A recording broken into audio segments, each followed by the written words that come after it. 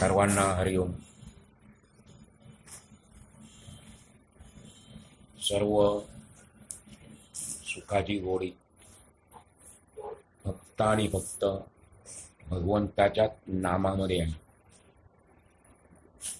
हा सिद्धांत सर्व शास्त्रांनी शोधून काढला आणि म्हणून माऊली आपल्याला सांगते की हे भगवंताचं अमृतापेक्षाही गोड असलेलं नाम तू सतत घेत जा, निरंतर जप करत जा. त्याशिवाय तू अर्धा क्षण देखील रिकामा राहू नकोस. तू ज्याला खरं समजतो आहेस तो संसार खोटा आहे. आणि जर तू हरिनामाची गोडी न चाकता तुझा मृत्यू झाला तर जन्म मरणाची येरझार जी तुझ्या मागे लागलेली आहे त्यामध्ये तुला पुन्हा पुन्हा पडावं लागेल. म्हणून या हरिनामाच्या मंत्राचा सतत जप कर. त्यामुळे तू मागच्या अनेक जन्मामध्ये केलेली पातके सहज नाहीशी होती. परंतु भगवंताच्या नामाचा अंतःकरणामध्ये दृढ संकल्प कर. निश्चयपूर्वक भगवंताचं नाम सतत घे. पण त्याकरता तुला तुझी जी इंद्रिय धावतात विषयांच्या मागे, ज्यामुळे तुला सतत दुःख होतं, त्या विषयांना आवरायला लागेल. त्या विषयांना आपल्या ताब्यात ठेवायला लागेल, स्वाधीन करायला लागेल. आणि ज्या खोट्या संसारावर तुझी माया आहे, लटक्या प्रपंचावर तुझं प्रेम आहे, मोह आहे, आसक्ती आहे, ती तुला तोडावी लागेल. आणि अशा रीतीने जर तू प्रपंचावरची माया तोडलीस, इंद्रियांना आपल्या ताब्यात आणलंस, तर आपल्याला भगवंताची जी प्राप्ती आहे त्याच्या नामाद्वारे होणारी ती सहज होईल. अशा रीतीने भगवंताच्या नामात या ठिकाणी आपला संकल्प दृढ राहण्यासाठी निश्चयपूर्वक आपण भगवंताचे नाम आपल्या मुखातून येण्याआधी आपण कोणकोणत्या गोष्टींचा स्वीकार केला पाहिजे, कोणकोणत्या गोष्टी आग्रहपूर्वक केल्या पाहिजेत, याचं वर्णन माऊली आपल्या या हरिपाठाच्या अंतिम 27व्या भागामध्ये सांगतात. 5व्या चरणामध्ये, तीर्थीव्रती भाव धरिरे करुणा. तीर्थीव्रती भाव धरिरे करुणा. पद्य असल्या कारणाने आपण करुणापर्यंत वाचायचो, पण तो शब्द पुढच्या अर्ध्या चरणाशी जोडलेला आहे. म्हणून आपण एवढंच वाचायचं, तीर्थव्रत भाव धरिरे. इंद्रियांना स्वाधीन केल्याशिवाय, इंद्रियांना आपल्या ताब्यात ठेवल्याशिवाय आपल्या मुखामध्ये हरिनाम येणार नाही. ज्यावेळेला आपण आपल्या इंद्रियांना, बहिर्मुख असलेल्या इंद्रियांना अंतर्मुख करू, हरिनामामध्ये त्या गोडीमध्ये आपण रंगवू, त्यावेळेला आपल्याला भगवंताची प्राप्ती होईल. पण त्याकरता आणखी काही साधनं सांगितलेली आहेत. इंद्रियांना स्वाधीन करून घेण्यासाठी तीर्थ आणि अनेक प्रकारची व्रते करावी लागतात. म्हणून माऊली म्हटले, तीर्थव्रती भाव धरिरे.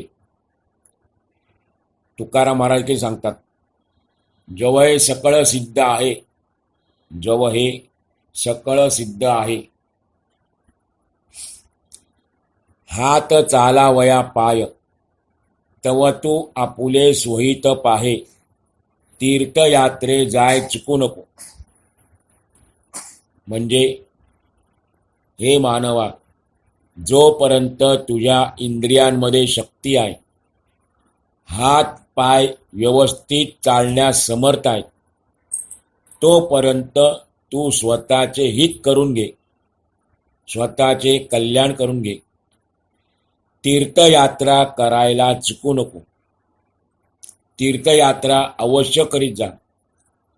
कारण आपल्या चरणांची, इथे चरण म्हणजे पाय आहे, आपल्या चरणांची सार्थकता तीर्थयात्रेतच आहे.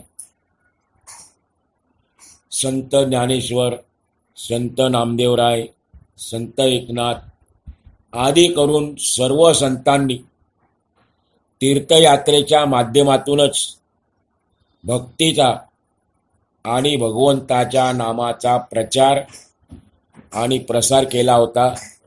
हे प्रसिद्धच आहे, सर्वांना माहीत आहे. भगवंताच्या नामाचा भक्तीचा प्रचार प्रसार करण्याआधी सर्व संत तीर्थयात्रा करीत होते. भगवंताच्या भक्तीसाठी पुण्य पावन तीर्थाचे सेवन पोषक आहे. भक्ती अंतःकरणात रुजण्यासाठी पुण्य पावन तीर्थाचे सेवन करणे आवश्यक आहे, ते पोषक आहे. सेवेमध्ये तत्पर आणि श्रद्धावान अशा पुरुषाची वासुदेव भगवंताच्या विषयी, त्याच्या कथेविषयी रुची, आवड पुण्यकारक तीर्थांच्या सेवनाने आणि संत सेवेनेच उत्पन्न होते. तीर्थयात्रेला गेल्यानंतर आपल्याला साधू संतांचे विचार ऐकायला मिळतात. त्यांच्या संकीर्तनाच्या माध्यमातून आपल्याला भगवंताचे स्वरूप कळू शकते. भगवंताची कथा जी सुरू असते कीर्तनाच्या माध्यमातून, त्यामुळे आपल्या मनामध्ये भगवंताबद्दल, त्याच्या कथेबद्दल रुची निर्माण होते, गोडी निर्माण होते. आणि म्हणून त्याकरता तीर्थयात्रा करणं आवश्यक आहे. तीर्थयात्रेमध्ये गेल्यानंतर आपल्याला साधू संतांची सेवा देखील करता येते. आणि म्हणून तीर्थयात्रा करणं आवश्यक आहे. भगवान श्रीकृष्णाने उद्धवाला भागवत धर्माची जी महत्त्वाची लक्षणे सांगितली आहेत, त्यामध्ये पुण्यतीर्थांचा आश्रय हे एक श्रेष्ठ साधन सांगितलेले आहे. सर्व देव भगवंताची स्तुती करीत असताना भगवंतांनी दोन महत्त्वाची तीर्थे प्रगट केली. भागवतामध्ये म्हटले आहे, तुझ्या चरणामृताने भरलेल्या कथा. भगवंताने जी दोन तीर्थ प्रगट केली त्याचे वर्णन भागवतात केलेलं आहे. आपण ती दोन तीर्थ कोणते आहेत लक्षपूर्वक ऐकूया. भागवतामध्ये म्हटलेले आहे, तुझ्या चरणामृताने भरलेल्या कथा ह्याच कोणी नद्या आहेत आणि तुझ्या चरणापासून निघालेल्या गंगा वगैरे नद्या या त्रैलोक्यातील पापे नाहीशी करण्याला समर्थ आहेत. म्हणून तुझे भक्त श्रुतींचा, वेदांचा आश्रय करून तुझ्या निर्मळ यशाचे श्रवण करतात आणि तुझी कन्या जी गंगा, तिच्या प्रवाहात स्नान करून, गंगेच्या प्रवाहामध्ये स्नान म्हणजे आंघोळ करून शुद्ध होतात. थोडक्यात ती दोन तीर्थ कोणती आहेत? भगवंताची कथा आणि त्याच्या चरणापासून निघालेली गंगा. ही दोन तीर्थे जगाला पावन करतात, जगाला पवित्र करतात. काही काही ठिकाणी भौमतीर्थ आणि मानसतीर्थ असे आणखी 2 तीर्थांचे प्रकार सांगितलेले आहेत. भौमतीर्थ म्हणजे या भूमीवरील तीर्थ आणि दुसरे मानसतीर्थ असं 2 तीर्थांचं वर्णन केलेलं आहे. या भूमीवर अनेक तीर्थे आहेत. या मृत्यूलोकामध्ये, या पृथ्वीलोकामध्ये अनेक प्रकारची तीर्थक्षेत्र आहेत. तीर्थ म्हणजे तीर्थक्षेत्र, तीर्थस्थान. तीर्थ म्हणजे काय? पवित्र नद्या ज्या ठिकाणी आहेत त्याला म्हणतात तीर्थ, तीर्थक्षेत्र. कारण पवित्र नद्यांचं पाणी त्याला म्हटलेलं आहे तीर्थ. आणि ते नद्या ज्या ठिकाणी आहेत त्याला म्हणतात तीर्थक्षेत्र. तर या भूमीवर, या पृथ्वीलोकावर अनेक तीर्थे आहेत. परंतु आपण महाराष्ट्राचा विचार केला तर महाराष्ट्रातील साधू संतांनी सर्व तीर्थक्षेत्रात सर्वश्रेष्ठ तीर्थ पंढरी म्हणजेच पंढरपूर हेच निश्चित केले आहे. महाराष्ट्रातील साधू संतांनी सर्व तीर्थक्षेत्रामध्ये पंढरपूरला श्रेष्ठ तीर्थ म्हणून निश्चित केलेला आहे. आणि सर्व संतांची याबाबत एकवाक्यता आहे. संत नामदेवराय सांगतात पंढरपूरचं महात्म्य वर्णन करताना, अनंत तीर्थांचे माहेर, अनंत रूपाचे सार, अनंता अनंत अपार, तो हा कटी कर ठेवणी उभा. पंढरपूर काय आहे? अनंत तीर्थांचे माहेर. नामदेवराय सांगतात जेवढी अनंत तीर्थ आहेत त्या सर्व तीर्थांचं ते माहेर घर आहे. अनंत रूपाचे सार आहे. भगवंताची अनेक रूप आहेत, अनंत रूप आहेत, पण पंढरपूरला जे रूप आहे ते त्या सर्व रूपांचं सार आहे. पुढे म्हटलेलं आहे अनंता अनंत अपार. असा परब्रह्म अनंत आहे, अपार आहे. पण इथे आल्यानंतर, पंढरपूरला आल्यानंतर त्याचं रूप कसं आहे? तो हा कटी कर ठेवणी उभा. धन्य धन्य पांडुरंगा, धन्य धन्य पांडुरंग, सकळ दोषा होय भंग. तो कटिक ठेवून उभा आहे. कोण आहे तो? त्याचं नाव काय ते सांगितलं पुढे. धन्य धन्य पांडुरंग, सकळ दोषा होय भंग. पांडुरंग काय करतो? सकळ दोषांचा भंग करतो, सर्व दोषांचा विनाश करतो. पूर्वज उद्धरिती सांग पंढरपूर देखलिया. आणि आपले पूर्वजांचे देखील तो उद्धार करतो. संत एकनाथ महाराज लिहितात पंढरपुराविषयी, गंगा सागरादी तीर्थे भूमीवरी, परी पंढरीची सरी न पवती. गंगा सागरासारखी अत्यंत पावन तीर्थ या भूमीमध्ये आहेत, या पृथ्वीलोकात आहेत. पण तरी देखील या पंढरपूरचं जे महत्त्व आहे, पंढरपूरचं जे महात्म्य आहे, त्याची बरोबरी इतर कोणत्याही तीर्थाला करता येणार नाही. अशा रीतीने पंढरी महात्म्यपर सर्वच संतांचे शेकडो अभंग आहेत. असा एकही महाराष्ट्रीयन संत नसेल की ज्याने पंढरपूरचं वर्णन केलेलं नाही. हरिपाठात वर्णिलेला द्वारकेचा राणा श्रीकृष्णच पंढरपूरला पंढरीनाथाच्या रूपाने मूर्तिमंत उभा आहे.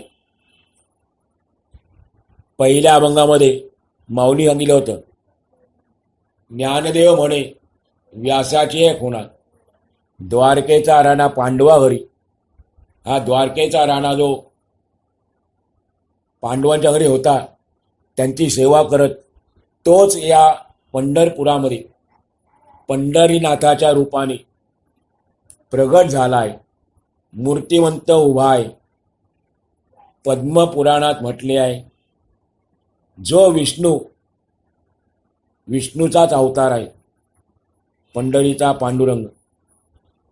पद्मपुराणात म्हटलेले आहे, जो विष्णू ब्रह्मादी देवांच्या प्रार्थनेने, ब्रह्म इत्यादी देवांनी प्रार्थना केली आणि त्यांच्या प्रार्थनेमुळे या पृथ्वीचा भार हरण करण्यासाठी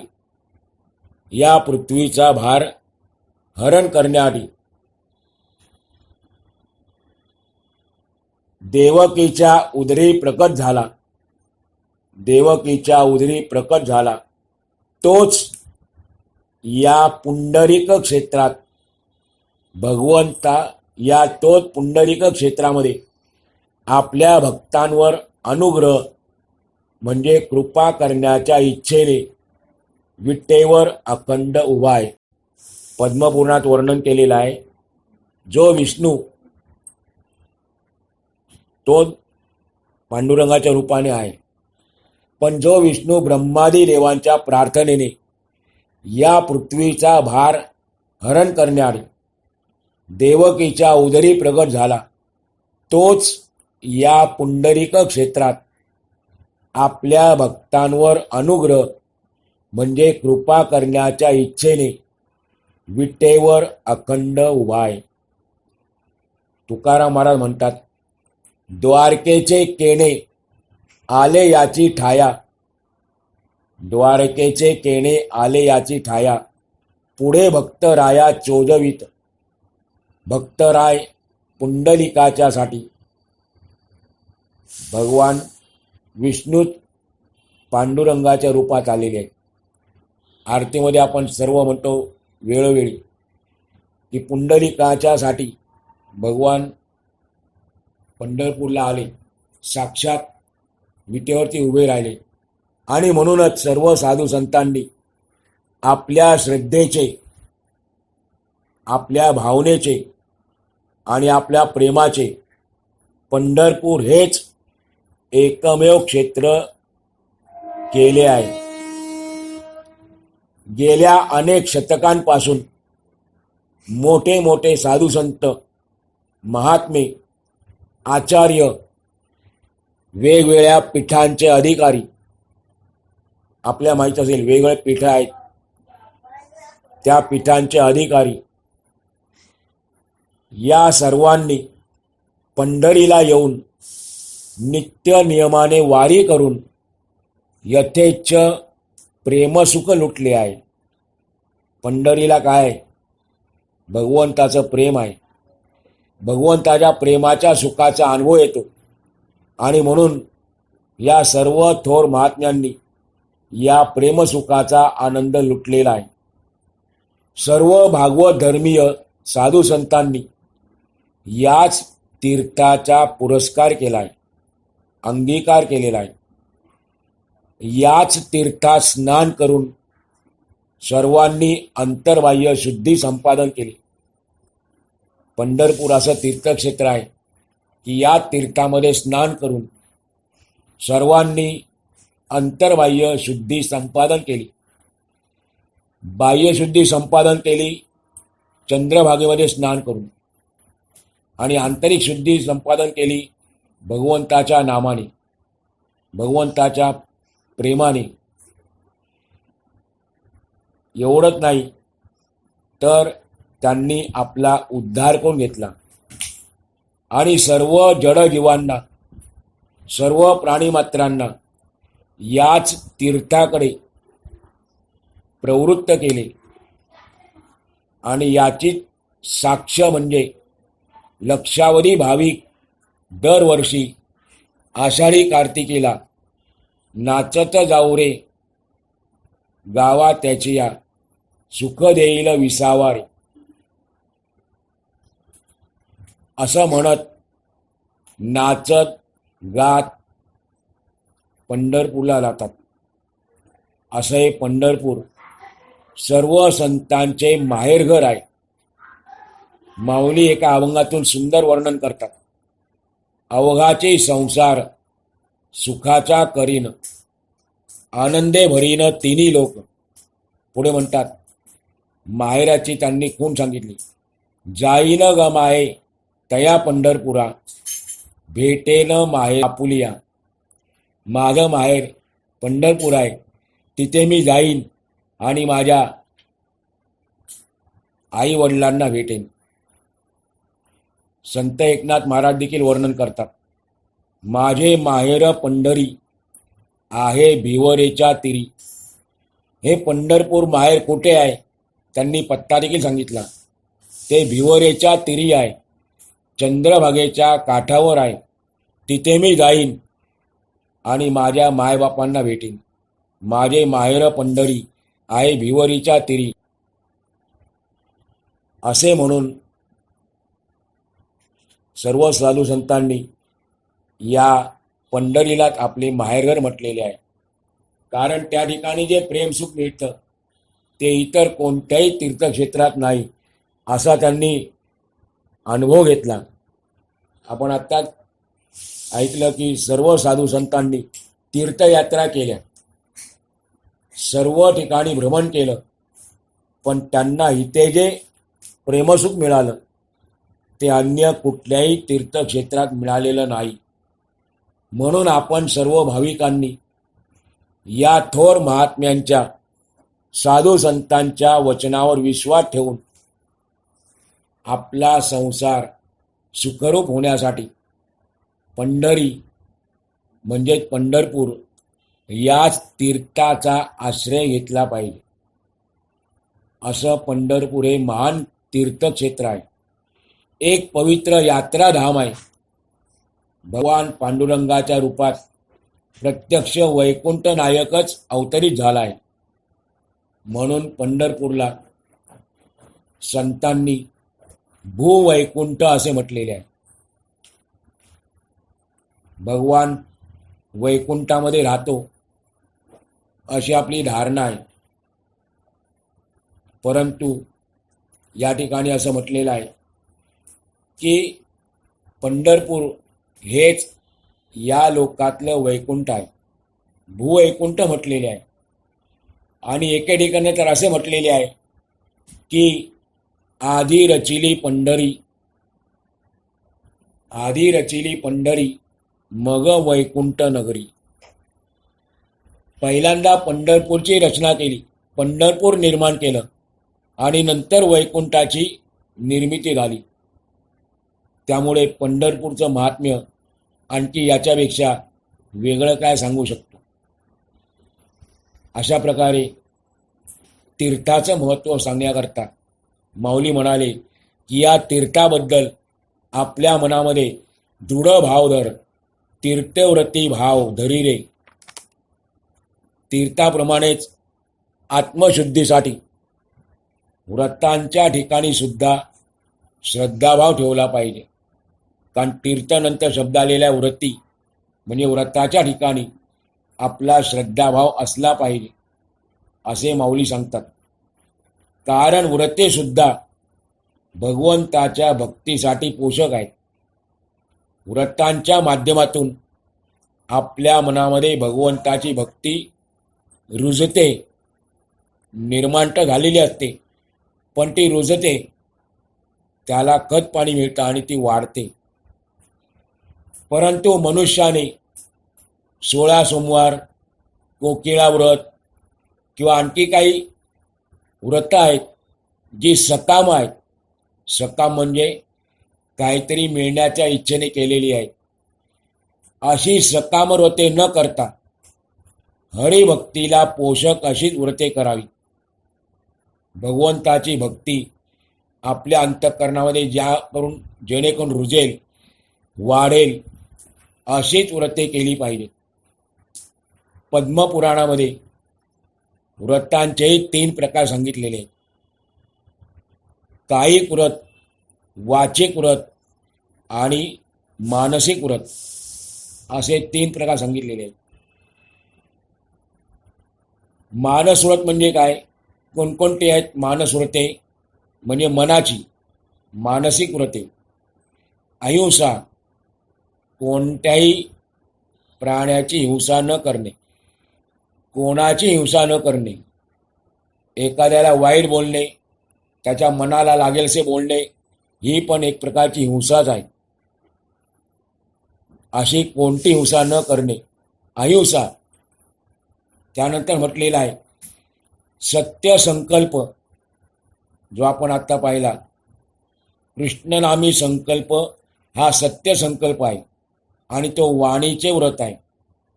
त्यानंतर कोणत्याही प्रकारची चोरी न करणे, कोणत्याही प्रकारची म्हटलेलं आहे. चोरी न करण्यावर नाही म्हटलं, कोणत्याही प्रकारची चोरी न करणे. आणि ब्रह्मचर्य ही मानस व्रते आहेत. कायिक व्रत म्हणजे काय? शारीरिक व्रत कशाला म्हणतात? एक वेळा जेवणे, दिवसातून एक वेळा जेवणे, उपवास करणे, निराहार राहणे, कोणाकडे याचना न करणे, कोणाकडे याचना मागणी न करणे, ही कायिक म्हणजे शरीराची व्रते आहेत. आणि आता वाचिक व्रत आपण ऐकूया. वेदाध्ययन करणे, वेदांचं अध्ययन करणे, ग्रंथांचा अभ्यास करणे. आपल्या वाटेल आमच्याकडे कुठे वेद आहे? ठीक आहे, ग्रंथ हे वेदांचंच रूप आहे. तर ग्रंथांचा अभ्यास करणे, सत्य बोलणे, नुसता संकल्प करून चालणार नाही, ते आपल्या कृतीमध्ये आलं पाहिजे. सत्य बोलणे, कोणाशी कुटिलतेने न बोलणे, हरिकीर्तन करणे, त्याचे संकीर्तन करणे, ही वाचिक व्रते सांगितलेली आहेत. आणि शास्त्रामध्ये चित्तशुद्धीचा उपाय म्हणून ही व्रते सांगितलेली आहेत. आपलं जे चित्त मलिन झालेलं आहे अनेक विकारांमुळे, अनेक दोषांमुळे, त्या मलिन झालेल्या चित्ताला शुद्ध करण्यासाठी ही व्रते सांगितलेली आहेत. उपासकांनी ही व्रते अवश्य केली पाहिजे. भगवत भक्तांसाठी, विष्णू भक्तांसाठी सर्वश्रेष्ठ एकादशी व्रत सांगितलेले आहे. एकादशीला काय काय करायचं, काय करायचं नाही, आपण त्याचं थोडं चिंतन केलं होतं आषाढी एकादशीच्या निमित्ताने. तर त्या दिवशी पूर्णपणे उपवास करावा आणि कोणकोणत्या गोष्टी किती प्रमाणात निषिद्ध आहेत, करायच्या नाहीत, याविषयी संत तुकाराम महाराजांनी आपल्याला सांगितलेलं आहे. एकादशीचं अन्नपान, जे नर करीती भोजन, श्वान विष्ठे समान, अधम जनते एक. एकादशीला अन्न ग्रहण करू नये, अन्नदानही करू नये. पण जे नर अन्नाचं भोजन करतात ते अधम म्हटलेले आहेत.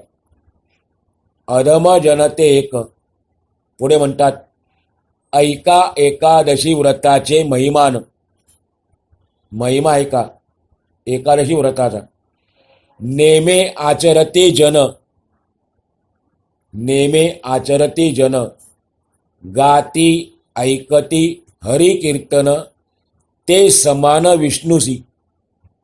जे एकादशीच्या दिवशी हरि कीर्तन करतात, हरि कथा ऐकतात, ते विष्णूला अत्यंत प्रिय आहेत, ते विष्णू समानच आहेत. पद्मपुराणात सुद्धा या व्रताचे महात्म्य वर्णन केलेले आहे.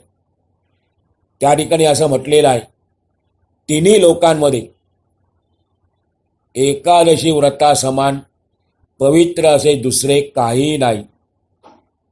तिन्ही लोकांमध्ये हा शब्द महत्त्वाचा आहे, फक्त या मृत्यू लोकातच नाही, तिन्ही लोकांमध्ये एकादशी व्रतासारखे दुसरे पवित्र काही नाही. हजारो अश्वमेध आणि शेकडो राजसूय यज्ञ जरी केले तरी ते एकादशी उपवासाच्या एक षोडशांशाही बरोबरीचे होऊ शकत नाही. हजारो अश्वमेध करा, शेकडो राजसी यज्ञ केले तरी देखील एकादशी उपवासाच्या एक षोडशांशाच्याही बरोबरीचे होऊ शकत नाही असं म्हटलेलं आहे पद्मपुराणात. पुढे म्हणतात, पंच ज्ञानेंद्रिये, पंच कर्मेंद्रिये आणि मन या 11 इंद्रियांनी मनुष्य जी पातके करतो, अनेक प्रकारची पापे करतो, ती सर्व पापे एकादशीच्या व्रताने नष्ट होतात. म्हणून एकादशीच्या व्रताचे महत्त्व आहे. जे लोक या दिवशी उपवास करतात, निराहार राहतात, त्यांना विष्णुपूर म्हणजे वैकुंठामध्ये अढळ शाश्वत स्थान ठेवलेलेच आहे, यात संशय नाही. मग असे एकादशी व्रत करणारे जे आहेत अनेक आहेत. त्यामध्ये विशेष करून राजा रुक्मांगद, राजा अंबरीश इत्यादी भगवत भक्तांची नावं घेतली जातात. कारण या भगवत भक्तांनी अत्यंत निष्ठेने, अत्यंत श्रद्धेने या व्रताचे पालन केलेले आहे. असं हे एकादशीचं व्रत आहे. परंतु आपण जे व्रत करतो ते आपली व्रत करण्याची पद्धती आजकाल कशी आहे ती जरा वेगळ्या प्रकारची आहे. आणि त्यामुळे आपल्याला व्रत करून देखील त्याचं जे इच्छित फल आहे ते प्राप्त होत नाही. मग आपण कोणत्या प्रकारचं व्रत करतो आणि खरं म्हणजे ते कसं केलं पाहिजे याबद्दलही आपल्याला माऊली सांगणार आहेत. परंतु आज आपण या ठिकाणी थांबणार आहोत.